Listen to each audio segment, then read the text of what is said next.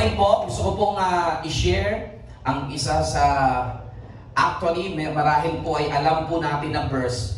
And to be honest po, the more na ako ay tumatagal sa akin pong pagkakilala sa Panginoong Hesus, the more po na naiintindihan ko yung kadakilaan ng kanyang pagliligtas, the more po na naa-amaze ako sa relationship that the Lord has given me. Now, ganito po, no? This morning po, by the way po, no, I am Pastor Yong Rutil. Ako po ang senior pastor ng church na ito. And sabi daw po nila, pinakapugi daw ng pastor. Hindi ko alam kung totoo ba. Hindi ko alam kung maniniwala kayo. Bahala na ako kayo kung kaya niyo pong tanggapin. Kung hindi naman po, wala namang problema sa akin. Okay? Sabi mo sa akin, relax lang. Okay? Amen? Now, open your Bible in John chapter 3.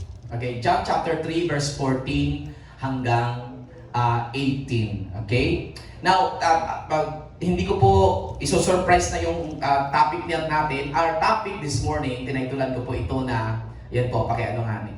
Yan, pakibasa nga, 1, 2, 3, go. Why God gave His only Son. Siyempre po, lahat naman siguro, lalo na sa mga Christian country, we've been hearing the gospel na si Jesus, okay, the only Son of God, the only one begotten Son of God, ay binigay ng Diyos sa atin. Ang crucial lang po na truth dito is this, kung paano natin ito ina-absorb. Now, I realize po na isa sa pinakaayaw ng demonyo ay maintindihan natin ang purpose why God gave His only Son. Tama? And kakatapos lang po ng Christmas season, and usually pag Christmas, alam mo yon, season of love, tama po ba? And binigay pinanganak ang Panginoong Hesus, and we rejoice. Siyempre po, nagpapasalamat tayo sa Lord, the greatest gift of all, the Lord Jesus Christ. Do you agree? Amen. Amen. Pwede ba palamakan natin si Lord sa kanyang greatest gift? Now, yung truth, yung katotohanan po, bakit binigay ng Diyos ang kanyang bugtong na anak. This is the truth. The gospel. Okay? Ang magandang balita that will radically change a person's life. It will set you free from all the bondage of the enemy, from all the lies of the enemy. Amen? Amen. Amen. Kaya ang demonyo po, gagawin niya ang lahat ng kaya niyang gawin. Mapigilan niya lang ang humanity to understand why God gave His only Son. And this morning po, as I prayed throughout this week, sabi ko, Lord, harvest event sa Sunday, and we want to help people. If this is not religion, okay? You're here not for religion. You're here because we want to help every people to find their way home to God. Sabi ni Jeda kanina. Amen? Amen. Sino pong excited bumalik kay Lord? Amen. Hallelujah. Now, basahin po natin ang John chapter 3 verse 14. Actually, mga kapatid, this morning, no, meron lang isang kapahayagan dito that will shock you. It shocked me. Okay? Na-shock talaga ako dito. To be honest po, dati po, iniiwasan ko itong intindihin. Or di kaya, iniiwasan ko intindihin kasi hindi ko nga maintindihan. Okay? Because parang hindi ko matanggap na pinoportray si Jesus like this. Okay? Now, basahin po natin. Verse 14, sabi dito, just as Moses lifted up the snake in the desert, so the Son of Man must be lifted up. I repeat. Just as Moses lifted up the snake in the desert, so the Son of Man must be lifted up. Ang tinutukoy niya po dyan ay yung cross ng Kalbaryo. Now, ang background, bigyan ko kaagad kayo ng background para po masundan niyo po yung mga sumusunod po ng mga verse. Ang background po niya, yung naalala niyo po na lumabas ang bansang Israel sa Egypt, napunta sila sa wilderness, papunta sila sa promised land. Sa sobrang pong tigas ng mga ulo ng tigas ng ulo ng bansang Israel. Along the way, nagrereklamo sila sa Lord, okay, na sana di na lang kami inalis sa Egypt, sana doon na lang kami. Tapos, they murmur to the Lord, and nagalit po ang Lord sa kanila. Ngayon, nagsilabasan po yung mga venomous snakes doon po sa wilderness. By the way, isa po sa tirahan ng mga snakes ay wilderness. Okay? Amen? Now, nung silabasan po yung mga snakes at pinagkakagat yung Israelites, at marami sa kanila ang namatay. So ngayon, may plague na nangyari. May sumpa. So ngayon, humihingi ng mercy yung bansang Israel sa Lord. So, they go through Moses. Sabi nila, Moses, gumawa ka ng paraan, humingi ka ng kahabagan sa Diyos to stop itong curse na ito na nangyari, or else all of us will die in the desert. So, ang nangyari po nga kapatid, ang sabi ng Lord, gumawa ka ng tanso na ahas. Sabi niya, gumawa ka ng tanso na ahas. Nakita niyo ba yung sa Mercury? Yung sign ng Mercury? Diyan nila po kinuha yan. Parang walang tao dito. Amen. Yes, nakikita kayo ng sign ng Mercury. Yung may cross tapos nakaganon. Okay. Nagtataka kayo, bakit snake? Kasi ang ibig sabihin, medicine. Come on. Amen. Ngayon, nalaman nyo na yung sign ng Mercury, no? Ay, mabuti kayo, nalaman nyo na. Now, ngayon po, so sabi ni Lord kay Moses, sabi niya, magdali ka, sabi niya, form ka ng snake, and then, ilagay mo sa isang pool, and then, ilip mo doon sa harapan ng mga na-bite, kinagat ng snake. And everyone who look to the snake will be healed. From the venom mula sa kamandag ng kagat ng ahas sa kanila. So, bawat Israelites na nakagat ng ahas, and then every time they look to the snake na nakalagay doon sa pool, they are healed. Ngayon, anong connection yan? Kaya niyo bang tanggapin niya si Jesus ay pinortray as snake? That is so strange.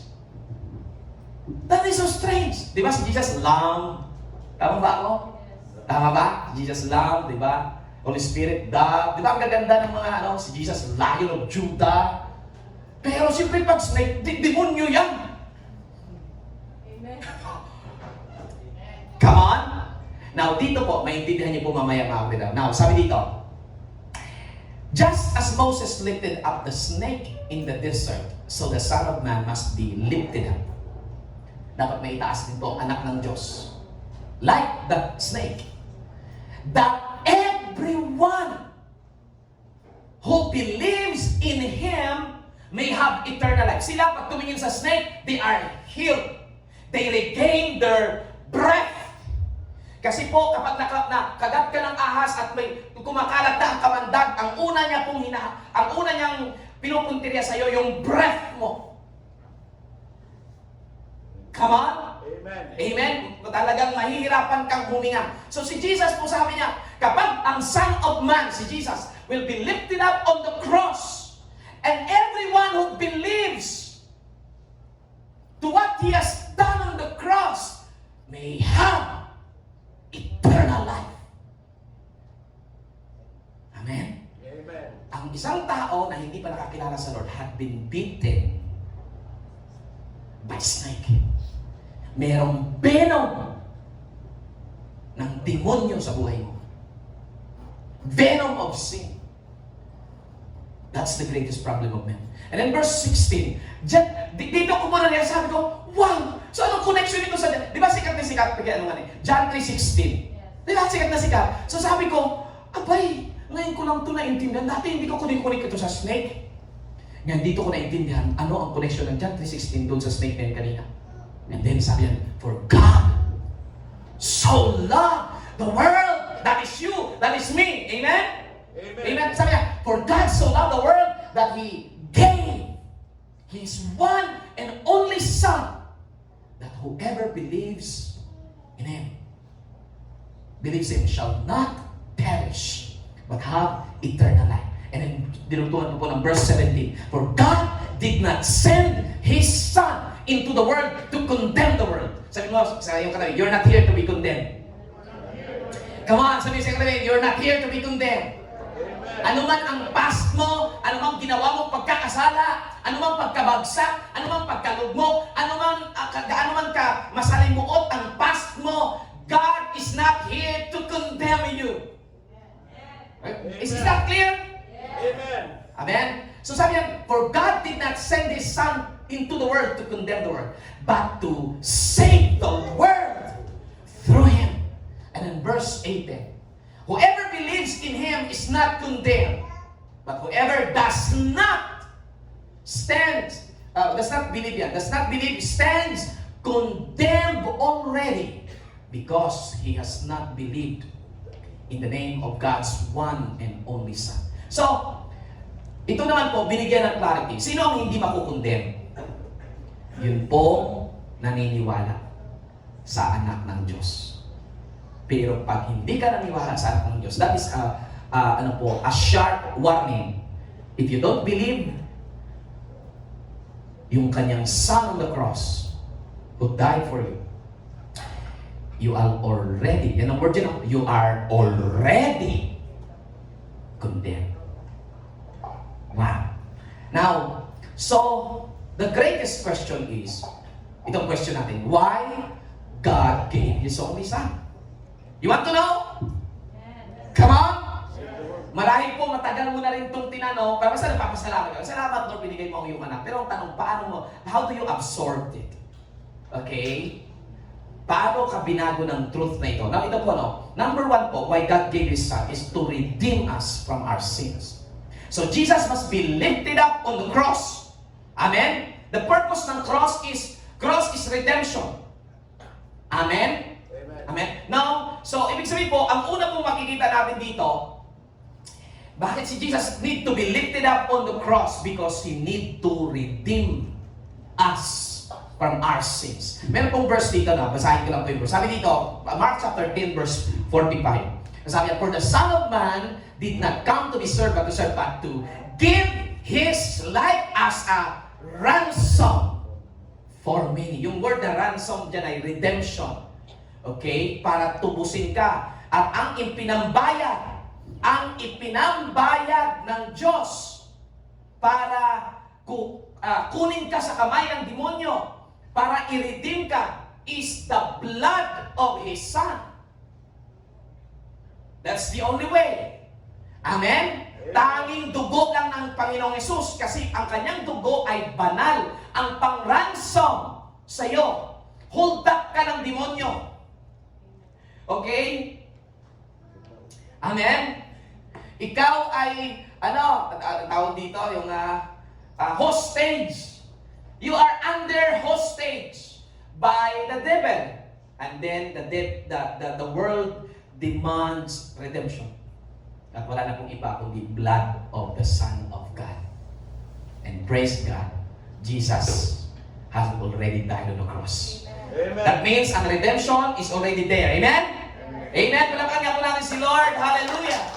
So, ang first po makikita natin mga kapatid, why God gave His Son is to redeem us. Okay? Para bayaran tayo, bilhin tayo muli, so that He can own us again. The purpose po kaya ka binayaran ni Jesus sa cross, kasi gusto niyang maangkin kang muli. Kasi ang pinaka-truth is this, hindi ka pagmamayari ng demonyo. Amen. Amen? Amen. Sabi mo nga sa iyong katabi, sabi na, remind mo yung neighbor mo, sabi, hindi ka pagmamayari ng demonyo. Amen? Actually po, hindi naman natin inalay ang buhay natin sa demonyo. Kaso lang, hawak tayo ng demonyo. The devil, simula nung tayo nagkasala, ang demonyo, he ran and he rule our lives. Siya ang nagpapatakbo at siya ang namumuno po ng buhay po natin.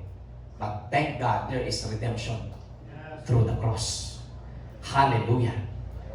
Amen? Amen. Woo. Praise the Lord. Praise the Lord. What a great God we serve. Can you imagine, Pwede naman na kunin ka na lang ng mga anghel ng Diyos eh. Sandamakmak naman ang anghel ng Diyos. Pwede sabihin ng Diyos, okay, pakikuha na lang ngayon sa gapos ng kaaway. Pero ang demand kasi ay banal na dugo ng anak ng Diyos. That's why God gave His only Son. Because His only Son is the only answer to your redemption. Hindi ka pwedeng ma-redeem ng religion. Hindi ka pwedeng ma-redeem by good works only. Hindi ka pwedeng ma-redeem na nagpakabait ka lang. Kasi kung pwedeng palang ma-redeem ka sa pamamagitan ng pagpapakabait, ako na po pinakamabait na tao sa buong mundo. Joke lang, mama. Joke lang. Huwag ko kayo maniwala siya. Amen? Yes! You can be redeemed by following rules and regulations. You cannot be redeemed by following laws. May law of Moses ang bansang Israel, but they cannot be redeemed by obeying commandments. Kailangan ng blood of the Son of God so that we can be fully redeemed. Kaya nga po sa Bible po, ito po sa Siete Palabras, ano po narinig niyo sa Siete Palabras? Yung pinakahuling, yung pang-anim na sinigaw ni Jesus. Sabi niya, it is finished. Tama po ba? Sa Greek word po yun, sa Greek word means tetelestai. Ibig sabihin ng tetelestai, fully paid. Ay, walang tao dito. Sinigaw ni Jesus ako, sabi niya, fully paid. Yung word nito na it is finished is not actually na finished. Ang tinutukoy niya is tapos na ang pagbayad ng kasalanan. That my blood has been shed, I have suffered the sins of humanity, and He declared, it is finished. Tetelestai. Sabihin mo nga sa katabi, hello, fully paid. Hello, Philippine. Sige nga, anong pakiramdam ng walang utang? Sige po, anong pakiramdam ng walang utang? Bakit hindi ka makaharap sa katabi? May utang ka ba dyan? Wait, joke lang ba? Hindi nga po, anong pakiramdam ng walang utang, church? My God! Grabe! Eh, kung ang utang mo na nga, pera, parang hindi ka na mapakali sa buhay. How much more? How much more kung ang iyong utang ay buhay mismo? But Jesus paid your sin. The penalty of your sin has been fully paid. Kaya wag kang umupo dyan ngayon na as if may natitira ka pang babayaran kay Lord.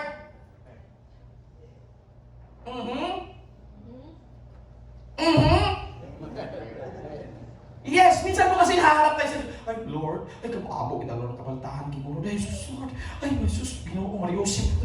Lord.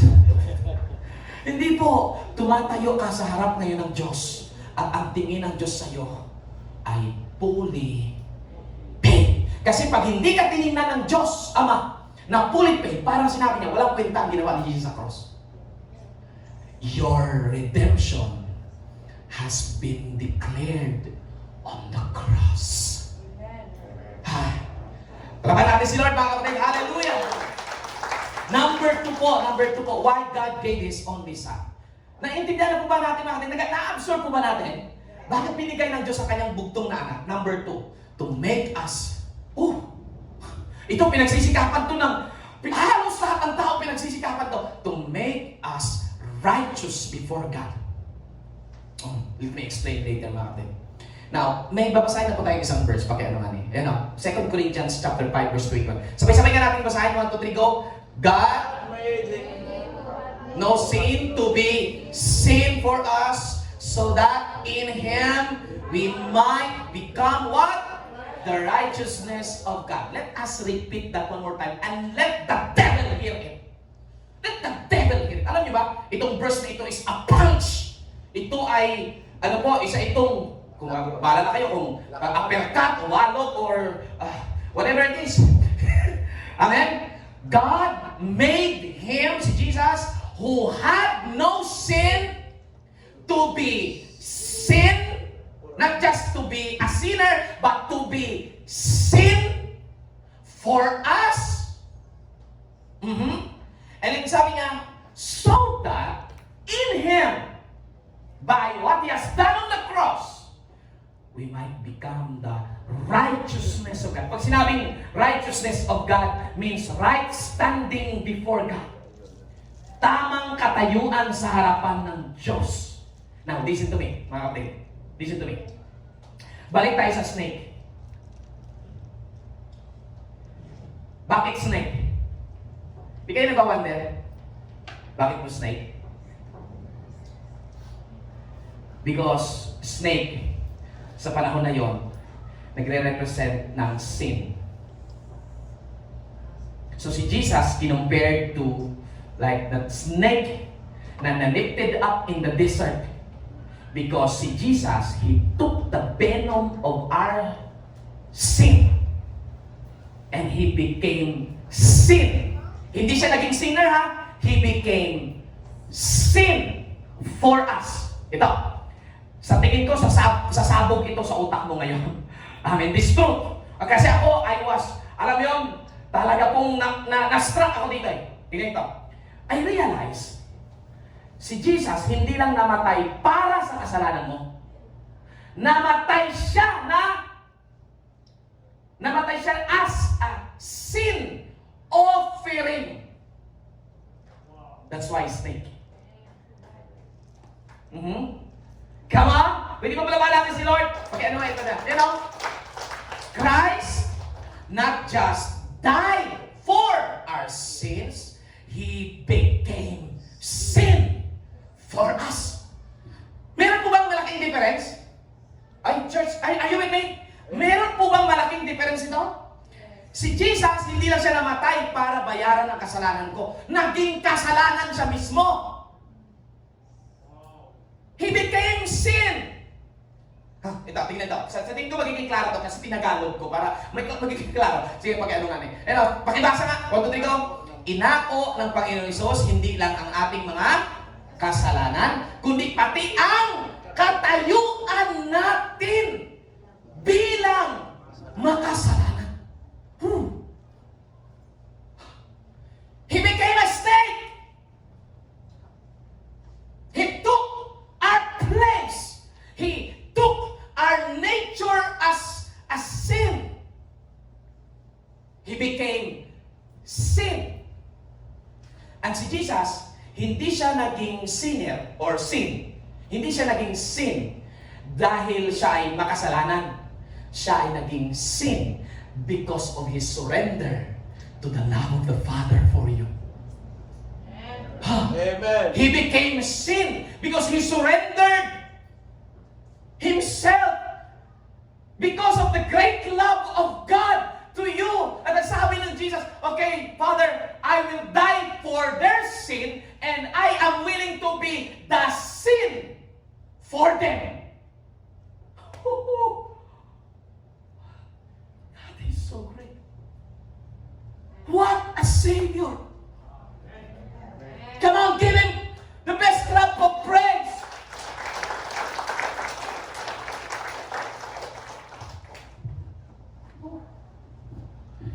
Kaya pansinin niyo po, sabi kanina sa verse, He made Him who know no sin to be sin for us, so that we might become the righteousness of God. So ano ang kanyang ginugol? Kaya siya naging kasalanan kasi gusto niyang iharap tayo sa Diyos, yung ating katayuan sa harap ng Diyos, righteous. Pag sinabi pong righteousness of God, actually, kung pamilyar po kayo siguro sa nito, ang tawag natin dyan ay justification. Pag sinabing justification, pinawalang sala. Come on? Come on? Amen. Pinawalang sala. Ibig sabihin po ng pinawalang sala, ang korte ng langit, dahil may nag-redeem sa iyo, dahil may nag-redeem na sa iyo, at hindi lang siya namatay for your sin, He became the sin offering for you, so that, ang sabi diyan, magkaroon ka ng right standing with God. Pag sinabing right standing with God, righteousness. That's why po, yung pagpunta natin sa church, yung pagiging religyoso natin, religion cannot make you righteous. Religion will only make you religious.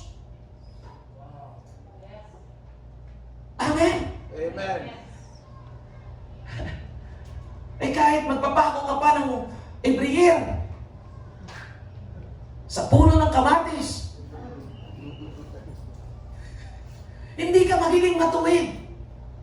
Because kung pwedeng i-change, i-transform ng religion ang iyong katayuan sa harapan ng Diyos, edi dapat sana hindi na siya naging sin for you.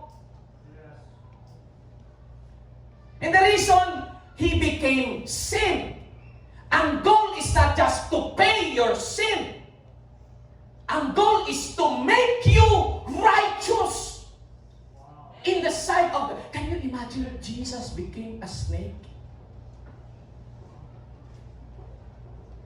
So that you might be saved. Oh. Yung katayuan mo bilang makasarap, inako niya. Hindi niya lang sinabi, bayaran ko ng blood ko yung sin mo. Hindi lang. Kundi ang ginawa niya po, inako niya mismo yung pagiging makasalanan mo. Kaya, ang sabi ng Bible, binuhos ng Diyos kay Jesus sa cross ang puot ng Diyos kasi siya ay naging sin.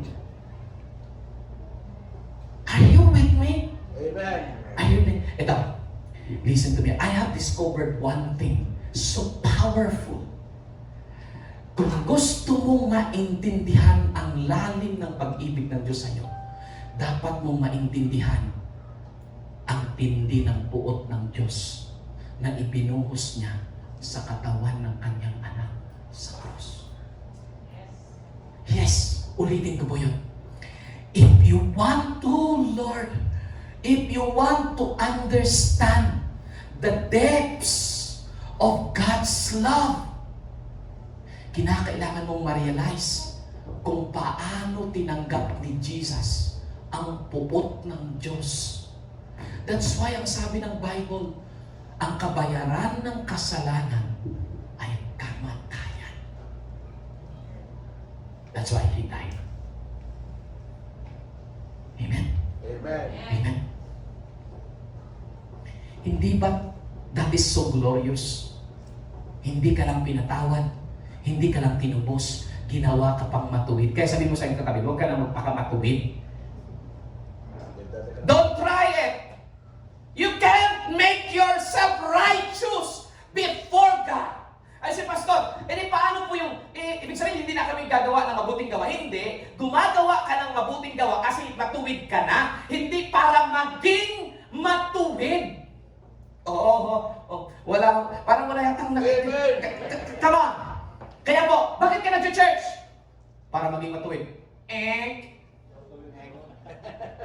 Dapat ganito, bakit ka nag-church? Kasi righteous ako. Kasi sinakasanayan kasi natin. Para maging matuwid, dapat ideklara ka muna na saint.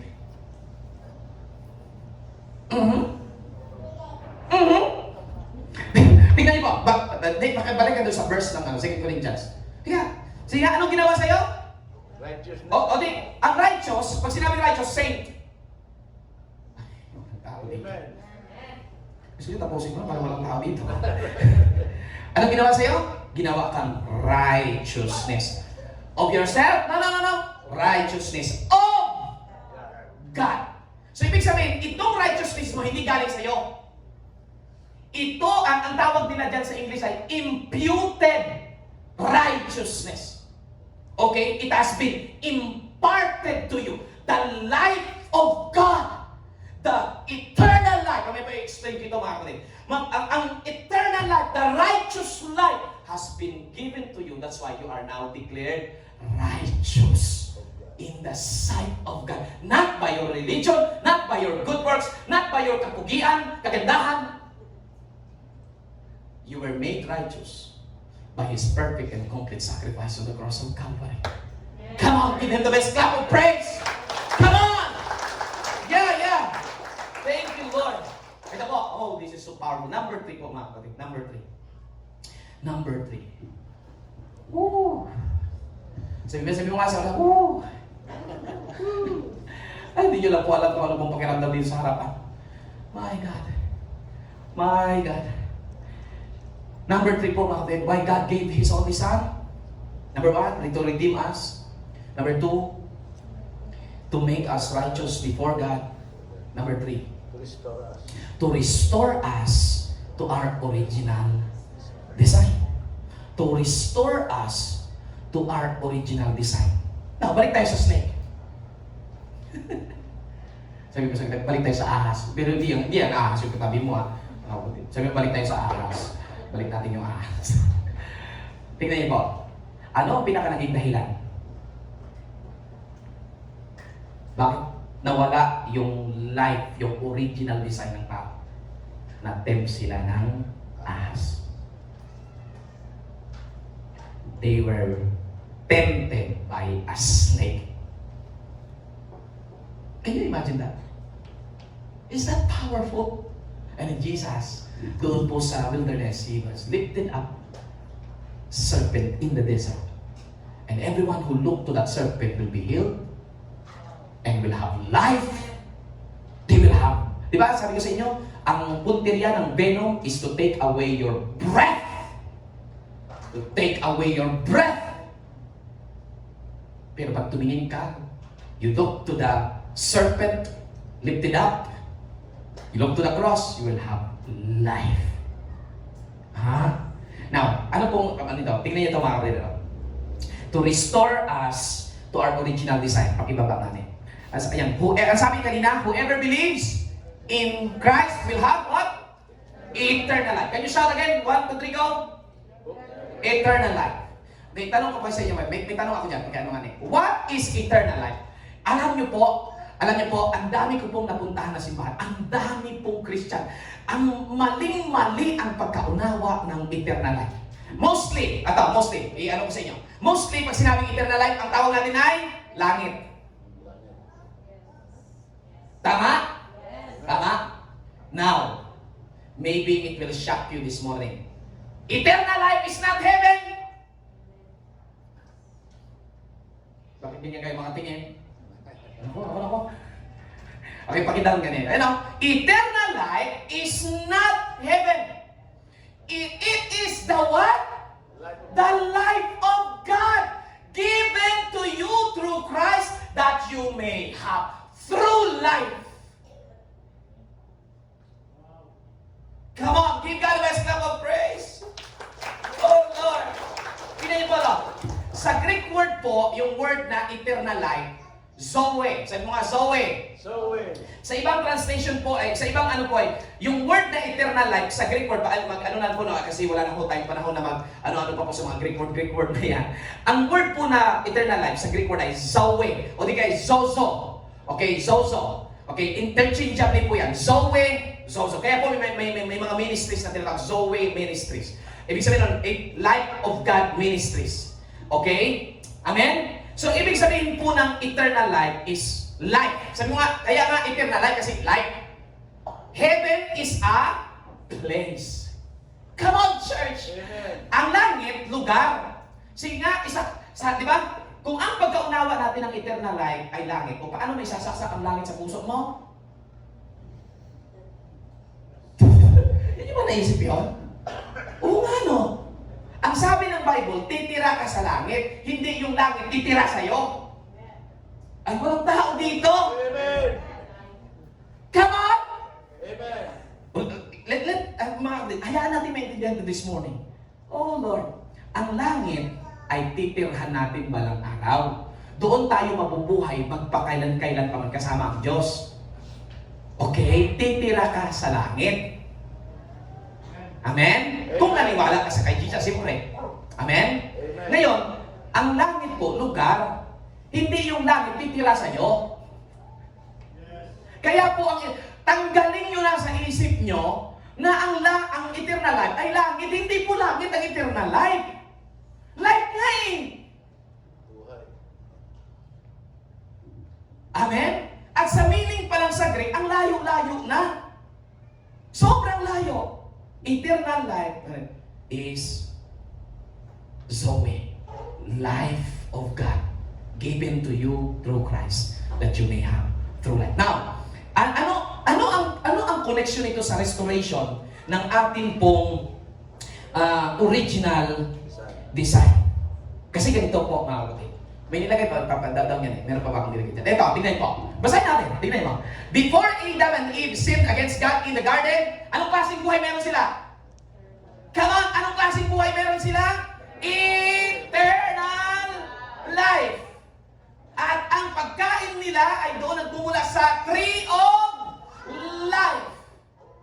And the reason na namatay itong eternal life, because death entered, sin entered, nung kumain sila sa pinagbabawal na puno ng pagkaalam, ng mabuti at masama.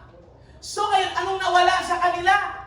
Eternal life. Pero ang original design ng tao, ay meron siyang, nabubuhay siyang kasama ang Diyos sa Garden ng Eden eternally. Amen? Amen.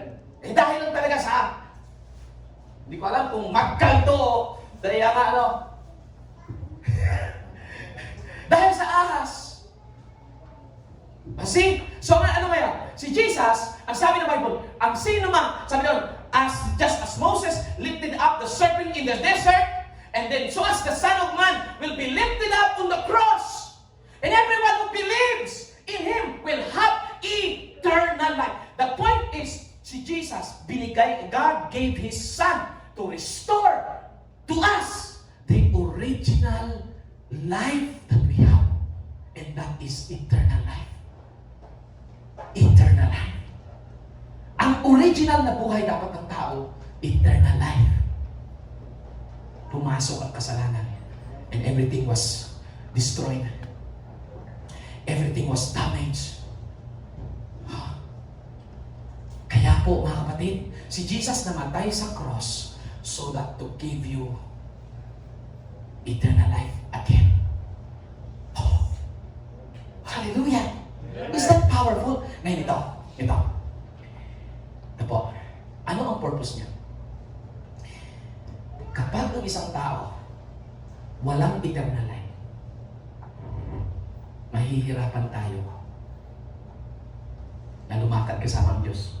Kasi ipag-tip niyo, sa Garden of Eden, si Adan at si Eva, they walk with God freely. They walk with God closely. They walk with God purely because meron silang what? Eternal life. Ngayon, bakit ang hirap natin? Bakit nahihirapan tayong lumakad kasama ang Diyos? Baka wala namang eternal life. You can only walk with God kung may totoo ka talagang eternal life. Sabi ko po kahapon sa devotion namin sa music team, before they practice, sabi ko po sa kanila, ang kinakatakutan ko sa higit sa lahat sa church ay yung ang tagal-tagal mo na sa simbahan, pero wala ka naman pala talagang eternal life. Religious ka lang. Yan ang kinakatakutan. I tell you, church, yan ang pinaka nakakatakot sa lahat. Hindi demonyo ang nakakatakot. Ang pinaka nakakatakot sa lahat, ang tagal-tagal mo nang nag-church, pero religious ka lang pala. Nagtataka ka bakit madali kang matem? Nagtataka ka bakit madali kang mahulog sa tukso? Nagtataka ka you're not overcoming pressures. Hindi ka nagtatagumpay sa mga trials and testings of this life because you don't have eternal life. Because only those who have life of God inside of them is an overcomer. Kaya po, alam nyo, isa sa pinakamagandang gawin ng nag-church every Sunday is to challenge themselves. Ako ba talaga ay may eternal life? O nagpapakarelihiyoso lang ako tuwing Sunday? Siyempre, sabi ng Bible, those who have the Son is living no longer in sin. Ang sabi ng Bible, ang totoong may life of God sa loob, hindi nabubuhay sa kasalanan. Yes, it cannot be. Imposible. Kung talagang may Jesus ka sa puso mo, imposible na pagkatapos ko mag-church, pagkatapos nito, magbababae ako. Imposible yun. Pagkatapos nito, siguro, nakapilang araw din kasi sa tungkit siguro sa pagkikiilan. Pagkatapos nito, tatlong buti siguro ako, mga sangkahong. Imposible po yun, mga kapatid. Yes, alam nyo, ako po po, ang kinakatakot ko sa lahat ito, kasi kami po, buong pamilya kami, halos lahat kami nag-church na. Okay, nung mag-born again ako, nung born again ang tatay ko, nanay ko, lahat kami magkakapatid, nagsiserve kami sa Lord. Pero alam niyo, ang isa sa pinaka-deepest prayer ko, Lord, ay ko, Panginoon, yung bunso namin, si Nimrod, yung tatay ko, Lord, kami po ni Nonoy, si Bisoy, sa Lord, ang pinaka-kinakatakot ko, one time po nagpipray ako sa Lord, sabi ko, Lord, ang pinaka-kinakatakot ko, baka kami, hindi kami totoo talagang born again. Baka wala kaming life of God. And baka one time, pag dumating ka, and we will be shocked that we are not your children. That we are not part of the family of God. Because buong buhay natin nagpaka-religious tayo. Amen. Yes, you need to plead. You need to come to the Lord genuinely. Siguraduhin mo may life of God. Kasi ang nabubuhay sa langit ay may life of God. Kasi ang langit, eternal place. Tama? So ang nabubuhay doon, may eternal life. Come on, naintindihan mo ba natin? Amen. Oh Lord. So God gave His only Son to restore to you your original design. Kaya pansinin mo, patingnan mo, pag may eternal life, di ba ang ganda, ang gwapo? Parang walang naniniwala sa akin dito. Sabi mo, pakitingnan mo, oo nga, ibang klase may eternal life, oh. Kaya mga kapatid, sige pagmasdan mo ang iyong katabi. Pagmasdan mo siya, wow, eternal life. Hindi na pala ako pupunta ng langit para makakita ng eternal life. Sa iyo pa lang, sapat na, baby. Baby. Come on, give God the best clap of praise. Yeah. Oh Lord. Oh Lord. Church, sana po huwag kayong lalabas dyan, hindi ka totoo. Grabe, narinig mo na ang pinakamatinding ibanghilyo sa buong buhay mo. Pinakamatinding mensahe na narinig mo. Grabe, ito na. Don't come out of this building without a genuine relationship with the Lord Jesus. He is reaching you out. Yes. And last but not the least po, why God gave His only Son, the greatest of all. Pagkaya kanina. Number 4, to reveal. Kanina, to redeem. Okay, to make us right. Choose before God. To restore us back to our original design. And number 4, to reveal His great love to us. Ano sabi ka niya? For God, bakit niya daw ginawang serpent ang kanyang anak on the cross? Like a serpent. Why God made His Son like a serpent, just as Moses lifted up yung serpent in the wilderness. So bakit kinumpare ito kay Jesus? Because sabi yan, the reason He made His Son a sin, not just to die for our sin, but to be a sin for us. Because the reason of all, because for God so loved the world that He gave His one and only Son, that whoever believes in Him shall not perish, but have everlasting life, eternal life.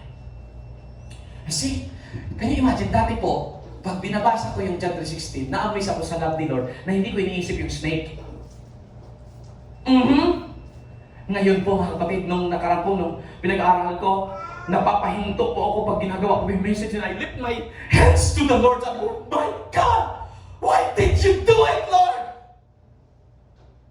You made your Son a snake.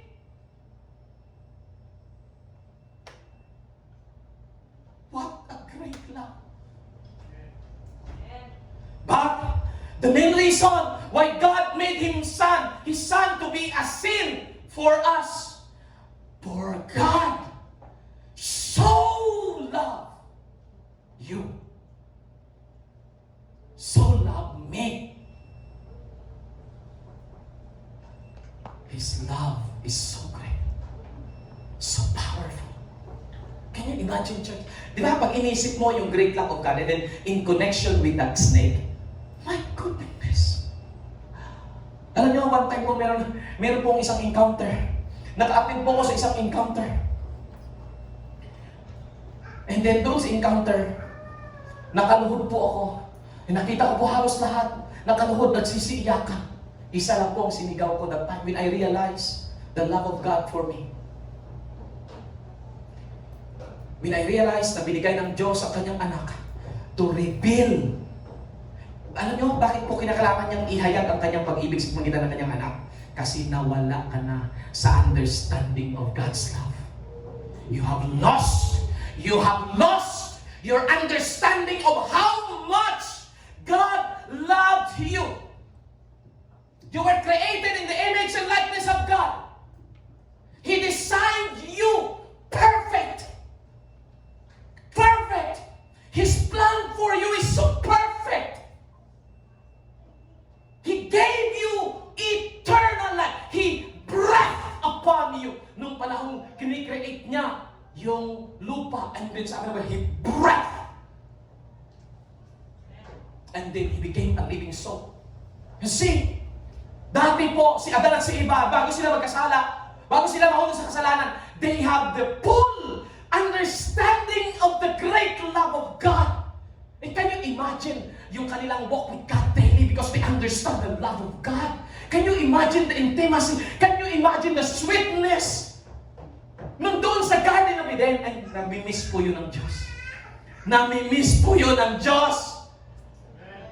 That's why He gave His Son to reveal His great love again.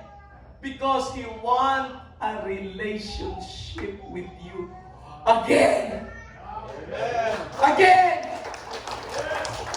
He wants a relationship with you. Can you imagine this God? Hindi siya naghahanap ng religion mo. Hindi siya naghahanap ng good deeds mo, good works mo. Hindi siya naghahanap ng offering mo, ng anumang religious activity mo. Performance. God is not looking for your performance. He wants relationship. He wants a personal and an intimate, close relationship with you. And He is willing to be a sin for you. To gain that wonderful relationship with you. Can you imagine kung gaano nami-miss ni Lord yung relationship niya sa'yo? Can you imagine that? Pero most of the time, ang pinaka-ninineglect natin sa buhay natin, relationship with God. But starting today, bago ka lumabas sa building na ito, hindi mo na pababayaan ang relasyon mo sa Diyos. Amen. Amen. Amen. Hindi lang siya namatay para sa relasyon mo. Naging kasalanan siya para magkaroon ka muli ng relationship. Amen. He was a snake in the desert. He was the snake in the desert. Si Jesus. To cure the venom of sin.